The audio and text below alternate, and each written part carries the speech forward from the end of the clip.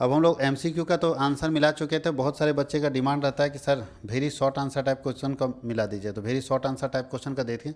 अभी इसका हम लोग आंसर मिला देते हैं, कितने बच्चे इसमें सही किए हैं तो देखते चलिए। बोलता है कि समांतर श्रेणी 3, 7, 11 का कौन सा पद 59 होगा। तो कैसे निकालना है, टी एन दिया हुआ है तो टी एन बराबर क्या होता है A plus N minus one into D. तो टी एन बराबर 59 दिया, ए बराबर 3 दिया, प्लस एन नहीं दिया, एन माइनस वन, डी बराबर कितना दिया है 4 दिया हुआ है। ठीक है, अब क्या करेंगे, इसको इधर भेजिए। तो 59 में 3 जाएगा तो बचेगा 56, ये इसको गुना कर दीजिए। 56 बराबर 4n माइनस 4 हो जाएगा, तो माइनस वाला इधर आएगा तो कितना होगा, ये माइनस वाला इधर 50 60 हो जाएगा। 60 बराबर 4n, तो n बराबर क्या होगा 15 चौके 60, तो 15 आएगा। इसका आंसर 15 आ जाएगा। ठीक है, 31 नंबर क्वेश्चन का आंसर 15 आएगा।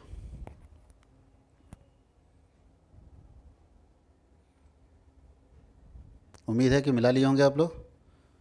दूसरा लिखा है डायरेक्टर शब्द से के अक्षरों से कितने शब्द बनाए जा सकते हैं। तो डायरेक्टर में बताइए एन बराबर कितना है, तो 1 2 3 4 5 6 7 8, एन बराबर 8 है। और आर बराबर होता है रिपीटेड टर्म। तो रिपीट कौन कर रहा है इसमें, इसमें आर रिपीट कर रहा है, और कोई रिपीट कर रहा है DIECT ओवर नहीं, सिर्फ आर। आर इसका मतलब है आर बराबर 2 है, तो इसका बोलता है NC। ध्यान रखिएगा, इसका फैक्टोरियल जब हम इस तरह निकालते हैं तो होता है NCR, सॉरी NPR। तो इसका मतलब 8P2 हम लोग इसको निकालेंगे सॉल्व करके। ठीक है, 8P2 का फैक्टोरियल, या आप इसको भी बोल सकते हैं 8 का फैक्टोरियल बाई 2 का फैक्टोरियल, 8 का फैक्टोरियल बाई 2 का फैक्टोरियल। फिर इसको सॉल्व कर दीजिएगा तो आसान हो जाएगा। अब इसको सॉल्व कर दीजिएगा तो आसान हो जाएगा। तो क्या होगा इसको सॉल्व करने के बाद बताइए, 8 का factorial by 8 minus 2, sorry 8 minus 2 का फैक्टोरियल, तो हो जाएगा 8 गुने 7 गुने 6 का फैक्टोरियल, और 8 माइनस 2 मतलब 6 का फैक्टोरियल कट जाएगा, तो 7 8 56, 7 8 56। अब यहाँ लिखा है कि y बराबर इतना दिया हुआ है, इसका आपको डिफ्रेंशिएशन करना है। तो डिफ्रेंशिएशन करना है तो 5 को बाहर कीजिए, डिफ्रेंशिएशन कीजिए x पावर 6 का dx के रिस्पेक्ट में, प्लस डिफ्रेंशिएशन कीजिए x स्क्वायर का dx के रिस्पेक्ट में। क्या आएगा यहाँ पे बताइए, तो इस गुना होता है ना, तो 6 5 30, x पावर 5 हो जाएगा, प्लस 2x हो जाएगा, ये 2x हो जाएगा। यही हमारा आंसर है, 30x power 5 plus 2x, 30x power 5 plus 2x। अगर इंटीग्रेशन की बात करें तो इसका इंटीग्रेशन क्या आएगा, तो इंटीग्रेशन करेंगे 2 को बाहर करेंगे, x का इंटीग्रेशन करेंगे dx में, प्लस 1/x का इंटीग्रेशन करेंगे, प्लस इसको अगर हम बाहर करते हैं 7 का इंटीग्रेशन कर 7 को बाहर करते हैं, एक dx का इंटीग्रेशन करते हैं तो क्या आएगा, तो 2x का इंटीग्रेशन x पर पावर 2/2 हो जाएगा, प्लस 1/x का इंटीग्रेशन log x हो जाएगा, प्लस 7 है और dx का इंटीग्रेशन कुछ नहीं तो 1 हो जाता है, x आ जाता है, तो ये कट जाएगा, 2 2 हो जाएगा, x square plus log x plus 7x plus c, यही हमारा आंसर होगा। 7x प्लस c हमारा यही आंसर होगा। कोई दिक्कत है?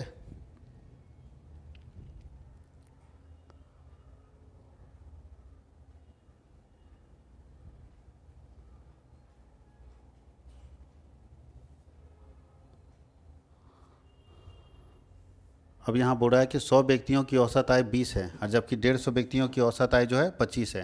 तो 50 का पूछ रहा है, तो पहले 150 व्यक्ति बताइए, 150 व्यक्ति का 25 है तो कितना टोटल इनकम आ जाता है, 0, 25 पचे 125, या 15 पचे 75, 7 15 3 30 7 37, ये आ जाता है। इसमें 100 लोगों का इनकम कितना है, तो 100 लोगों का इनकम है 20, तो 100 इंटू 20 कितना होता है, 20,000 2,000 होता है। तो इसका मतलब 1750 से 85 लोगों का इनकम है। तो अब इसका मीन कैसे निकलेगा, तो 1750 जो है वो 50 लोगों का है, तो एक व्यक्ति का कितना, तो 5 दिया 15, 2 5 5 25, 35 आ जाएगा एक व्यक्ति का।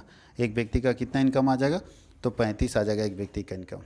इसका ज्योमेट्रिक मीन निकालना है बिना यूज किए लॉग टेबल। तो ज्योमेट्रिक मीन बराबर क्या होता है, GM बराबर अंडर रूट, यहाँ n बराबर 3 हो जाएगा, 3 संख्या है ना, अब 20 गुने 40 गुने 80, तो इसका मतलब है अंडर रूट 3, 8 चौके 32 दूनी 64, और 1 2 3 आता है, 3 जीरो आ जाएगा ना, 20 गुने 40 गुने 80, क्या आ जाएगा इसका ज्योमेट्रिक मीन, कितना का क्यू करेंगे, 4 चौके 16 चौके 64, 40 का क्यू करिए, देखिए तो अंडर रूट 3, और यहाँ 40 का क्यू कीजिए तो कितना आता है, 40 गुने 40 गुने 40, तो 4 चौके 16 चौके 64, 3 जीरो आ जाएगा, ये खत्म, तो आंसर आ जाएगा 40।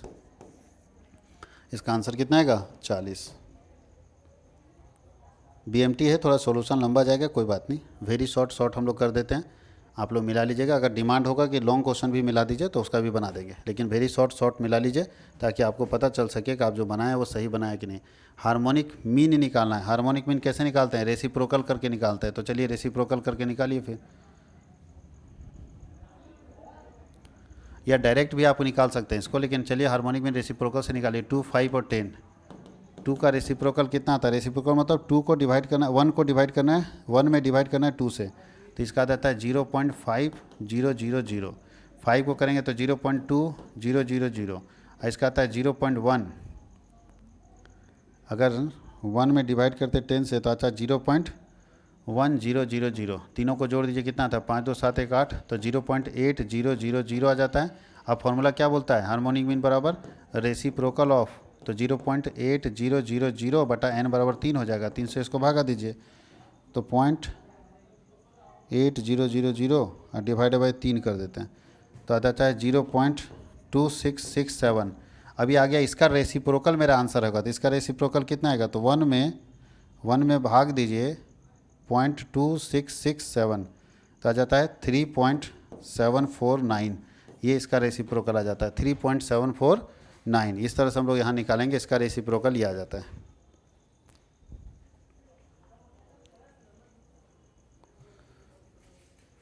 $3.749, ये हमारा आ जाएगा इसका रेसिप्रोकल।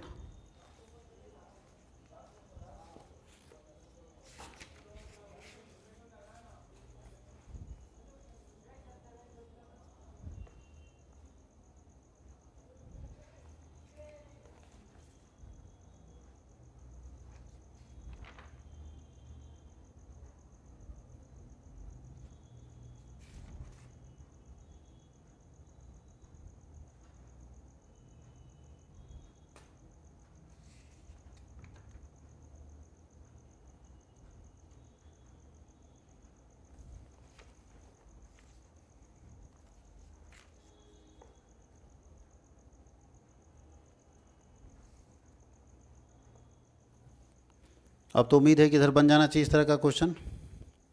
अब बताओ, एक सिक्के को 2 बार उछाला जाता है, एक हेड आने का प्रोबेबिलिटी बताइए। तो ध्यान रखिएगा, ये बार्नौली थ्योरम से बनेगा। किससे बनेगा?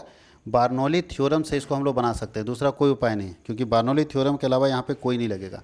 यहाँ पे जो प्रोबेबिलिटी लगेगा वो इस तरह से लगेगा। प्रोबेबिलिटी बराबर क्या होगा? बार्नौली थ्योरम से हम लोग बनाएंगे तो होता है NCR into PR into Q(n-r), ये फार्मूला होगा। तो n बराबर कितना सिक्का उछाला गया है? तो n बराबर उछाला गया, एक सिक्का को 2 बार उछाला गया, तो 2C, और कितना बार सक्सेस मिला है? 1 बार सक्सेस, इंटू P बराबर आने का चांस। तो याद रखिएगा, सिक्का में आने का चांस 1/2 होता है, तो 1/2 पर पावर r बराबर 1, और नहीं आने का चांस क्या होगा? तो n-r मतलब टोटल। तो याद बताइए, नहीं आने का चांस भी 1/2 होता है, और ये भी 1 हो जाएगा। क्यों? क्योंकि n बराबर है 2 और -r बराबर 1 है। तब इसको कीजिए, तो बताइए 2 का फैक्टोरियल, 1 का फैक्टोरियल, और यहाँ आता है 2 - 1 का फैक्टोरियल, और यहाँ था 1/2 पर पावर 1, कोई वैल्यू नहीं है, इंटू 1/2 पर पावर 1 हो जाएगा, इसका भी कोई वैल्यू नहीं है। तो बताइए क्या आ जाएगा? ये 2 का फैक्टोरियल तो रहेगा ही, 2 इंटू 1 कर देते हैं, नीचे तो 1 का फैक्टोरियल 1 ही हो जाएगा, और 2 - 1 मतलब 1 हो जाएगा। ये कोई वैल्यू नहीं है, और यहाँ पे इंटू है, यहाँ पे इंटू का साइन है, यहाँ 1/2 और इंटू 1/2। अब इसको सॉल्व कीजिए तो क्या आता है? तो 2 से 2 कट गया, तो आंसर आ जाता है 1/2। 1/2 आंसर आ जाएगा 1/2। देख लीजिए, बार्नौली थ्योरम से इसको हम लोग बना सकते हैं। बार्नौली थ्योरम से हम लोग इस तरह बनाते हैं। जिनका 1/2 आया होगा बिल्कुल सही है। अब हम चलते हैं शॉर्ट आंसर टाइप क्वेश्चन में, तो इसमें भी हम लोग कुछ आंसर को सॉल्व कर लेते हैं, कुछ क्वेश्चंस को। बोलता है कि किसी एपी का 40वां पद और 80वां पद इतना दिया है, तो बताइए एपी का 40वां पद मतलब क्या होता है? T40 बराबर कितना दिया है? 119। तो क्या होगा? A + 39D बराबर 119, एक इक्वेशन बन गया। एक और है T80 बराबर 239, T80 बराबर है 239, तो क्या होगा? A + 79D बराबर 239, इक्वेशन सेकेंड। अब दोनों को सॉल्व कीजिए तो क्या करेंगे? तो equation second minus equation first. Second क्या है?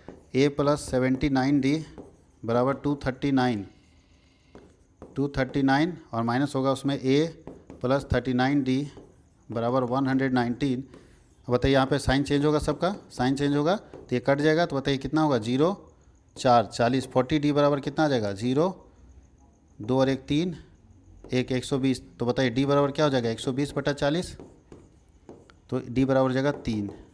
ठीक है, D बराबर क्या निकल गया, 3। अब D का वैल्यू पुट कर दीजिए, तो पुट D बराबर 3 इन इक्वेशन फर्स्ट।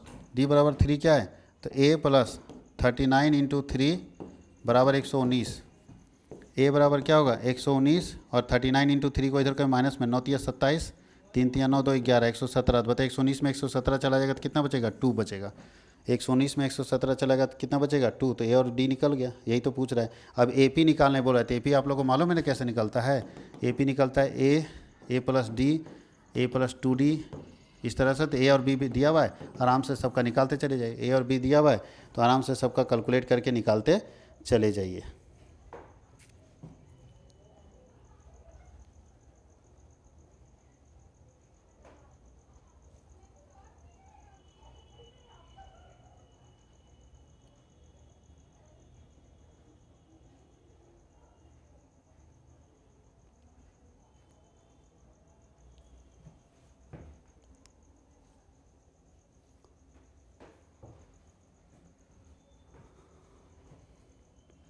चलिए अब इसको सॉल्व करना, ध्यान रखिएगा। इसको सॉल्व करके कि इक्वेशन बनाइए, इसको सॉल्व करके एक इक्वेशन बनाइए, फिर इसको सॉल्व कीजिए। क्या आता है बताइए, तो आता है 6y, ध्यान रखिएगा, सॉरी -6y - 5x बराबर -9। एक इक्वेशन ये बनेगा। इसको सॉल्व करेंगे तो होगा 7x - 4y और बराबर 37। इक्वेशन 2, ध्यान रखिएगा इसको थोड़ा पलट लीजिए, क्योंकि एक्स वाई एक साथ रहेगा तो ज़्यादा अच्छा है। वाई एक्स कर दिया है तो आप इसको संभालिए, तो क्या होगा बताइए। ऊपर वाला -5x - 6y बराबर -9, इक्वेशन फर्स्ट, और ये हो जाएगा 7x - 4y बराबर 37, इक्वेशन 2। अब दोनों इक्वेशन को सॉल्व कर सकते हैं, दोनों इक्वेशन को सॉल्व करके सॉल्व बना लीजिएगा। तो इससे x और y का वैल्यू कैसे सॉल्व करेंगे, तो याद रखना है इसको बराबर करना है या इसको बराबर करता है। इसके बेस से इसको गुना कीजिए, इसको 7 से गुना कर दीजिए और इसको 5 से गुना कर दीजिए, और जब दोनों बराबर होगा काट के इसका वैल्यू निकाल दीजिएगा। कहीं कोई दिक्कत है, आसानी से इसका वैल्यू निकल जाएगा। ए मैट्रिक्स दिया हुआ, बी मैट्रिक्स दिया है, सबसे पहले दोनों को जोड़ के ए प्लस बी निकालिए, दोनों को जोड़ के, फिर दोनों को घटा के ए माइनस बी निकालिए, और फिर दोनों को गुना करना है। दोनों को जोड़ के, दोनों को घटा के निकालिए, और फिर दोनों को गुना करके निकालिए कि कितना आता है।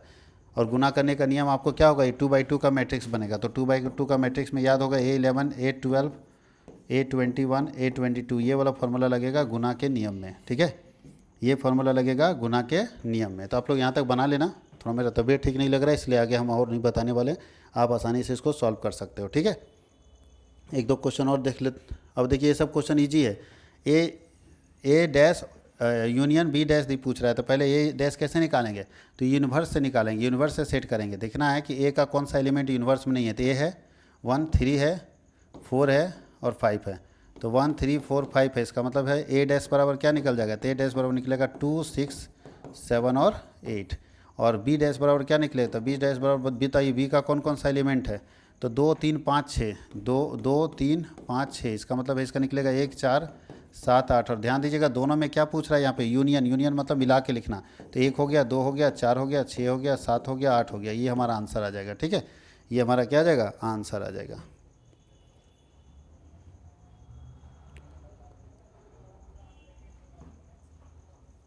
अब इसका मीडियन पूछ रहा है, कोई भी बता देगा। मीडियन का मतलब होता है, ये देखिए डिस्क्रीट सीरीज है, डिस्क्रीट सीरीज में मीडियन का मतलब होता है बीच की संख्या। तो सबसे बड़ा फ्रीक्वेंसी किसका है, ध्यान रखिएगा। मीडियन में हम लोग क्या करते थे, मीडियन हम लोग निकालते थे, एक्स दिया हुआ है एफ दिया हुआ है, डायरेक्ट रहने दीजिए। इसी तरह सी एफ इसको निकालते हैं, ये हम लोग एक्स और इसको एफ बोलते हैं। तो सी एफ बराबर क्या होता है 8, 8 और 12 20, 20 और 15 35, 35 और 10 45, 45 3 48, 48 और 2 50। और मीडियन बराबर क्या होता है, तो मीडियन बराबर होता है n + 1/2 आइटम। तो n बराबर कितना निकला 50 + 1/2, तो आ जाता है 25.5 आइटम। 25.5 से बड़ी संख्या कौन है, तो ये है, ये मेरा मीडियन लाइन है, ये मेरा मीडियन लाइन है। इसके सामने वाला एक्स हमारा आंसर होगा, तो मीडियन बराबर होगा 20।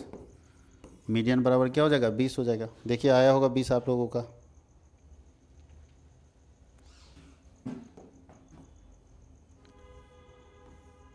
अब 3 साल का ट्रेंड कल ही बताए थे, 3 early मूविंग ट्रेंड, तो ये तो बना लोगे 3 early मूविंग ट्रेंड, ये सब बना लेना। अच्छा, एक वर्ष में लीप वर्ष पूछ रहा है, एक लीप वर्ष में 53वां मंगलवार का 2/7 आंसर आएगा। ठीक है, क्योंकि एक लीप वर्ष में कितना पहले बताइए 52 सप्ताह एक साल में होता है। तो 52 × 7, तो 7 दूनी 14, और 7 बजे 35 और 1 36, 364 दिन होता है, जबकि लीप ईयर में 366 दिन होता है। तो 2 दिन का ना फर्क हो रहा है, इसलिए 2/7 आंसर इसका आ जाएगा। ठीक है, एकदम सीधा लिख देना 2/7, एकदम ईजी क्वेश्चन है। ये क्वेश्चन भी बहुत ईजी है। इधर अगर देखा जाए तो इसको क्या बोला है, 2nc3। थोड़ा इसको सॉल्व कर लेते हैं, लास्ट इसको सॉल्व करके छोड़ देते हैं। तो होगा 2n का फैक्टोरियल बटा 3 का फैक्टोरियल और 2n-3 का फैक्टोरियल। और ध्यान देना यहाँ पे भाग में है तो गुना में पलट जाएगा। अच्छा रहने देते, अभी डिवाइड में रहने देते हैं। n का फैक्टोरियल बटा 2 का फैक्टोरियल और n-2 का फैक्टोरियल और बराबर 44/3 हो जाएगा। तो ये पलटेगा, ध्यान रखिएगा। तो 2n को बढ़ाते हैं तो होगा 2n, अगला होगा 2n-1, अगला होगा 2n-2 और अगला होगा 2n-3 का फैक्टोरियल बटा 3 का फैक्टोरियल। तो 3 × 2 का फैक्टोरियल कर देते हैं। अगला बढ़ेगा 2n-3 का फैक्टोरियल। ये एक का बढ़ा है, अभी इसका बाकी है। अब इंटू करेंगे तो पलट जाएगा, तो पलट जाएगा तो यहाँ पे लिख रहे हैं, ध्यान रखिएगा, हम कलर चेंज कर दे रहे हैं। ये वाला यहाँ पे अभी लिख रहे हैं, पलटेगा तो ऊपर चला जाएगा, तो ऊपर चला जाएगा तो होगा 2 का फैक्टोरियल, n-2 का फैक्टोरियल रहने देते हैं और नीचे वाला जो है इसको बढ़ाइए। तो n अगला होगा n-1, अगला होगा n-2 का फैक्टोरियल बराबर 44/3। अब देखिए कौन कौन कटेगा, ध्यान रखिएगा। यहाँ n नहीं कटेगा, हाँ n और n कट जाएगा, गुना में नहीं यहाँ पे, तो गुना में कट जाएगा। 2 का फैक्टोरियल कटेगा, 2-3 और 2-3 कटेगा, n-2 n-2 कटेगा, n-1 कटेगा, कट जाएगा। लेकिन थोड़ा सा एक स्टेप और बढ़ाना पड़ेगा। तो ऊपर में है 2 × 2n-1 बचा, और यहाँ पे 2 कॉमन कर लेंगे तो क्या बचेगा, n-1 बचेगा बस। तो और नीचे बचेगा 3, इसमें इतना ही बचा। इसमें देखिए कितना बचा है, तो इसमें ऊपर गायब है सब, और नीचे खाली n-1 बचा। तो 1/n-1 बचा बराबर 44/3 कर देंगे। फैक्टोरियल उड़ गया, ध्यान दीजिएगा, अभी n-1 भी उड़ा दिए। अब क्या होगा, तो 2 और 2 4, 4 × 2n-1 अब बटा 3 कर देंगे बराबर 44/3 कर देंगे। तो ये क्रॉस हो जाएगा ना, तो क्रॉस हो जाएगा। फिर यहाँ देखिए, यहाँ पे ध्यान रखिएगा 2n-1 है, तो यहाँ पे 3 नीचे नीचे है ना, तो नीचे नीचे कटता है, क्रॉस करेंगे तो नीचे नीचे कट जाएगा। तो ये हो जाएगा, इसको गुना कीजिए तो 4 दूनी 8n-4 बराबर 44 हो जाएगा। तो 8n ये माइनस और उधर जाएगा तो क्या होगा, 4 जुड़ जाएगा ना इसमें, तो 48 हो जाएगा। इसीलिए n बराबर 48/8, तो 8 × 6 = 48, तो n बराबर होगा 6। n बराबर कितना आ जाएगा, 6 आ जाएगा। तो इस तरह का क्वेश्चन आप बना सकते हैं।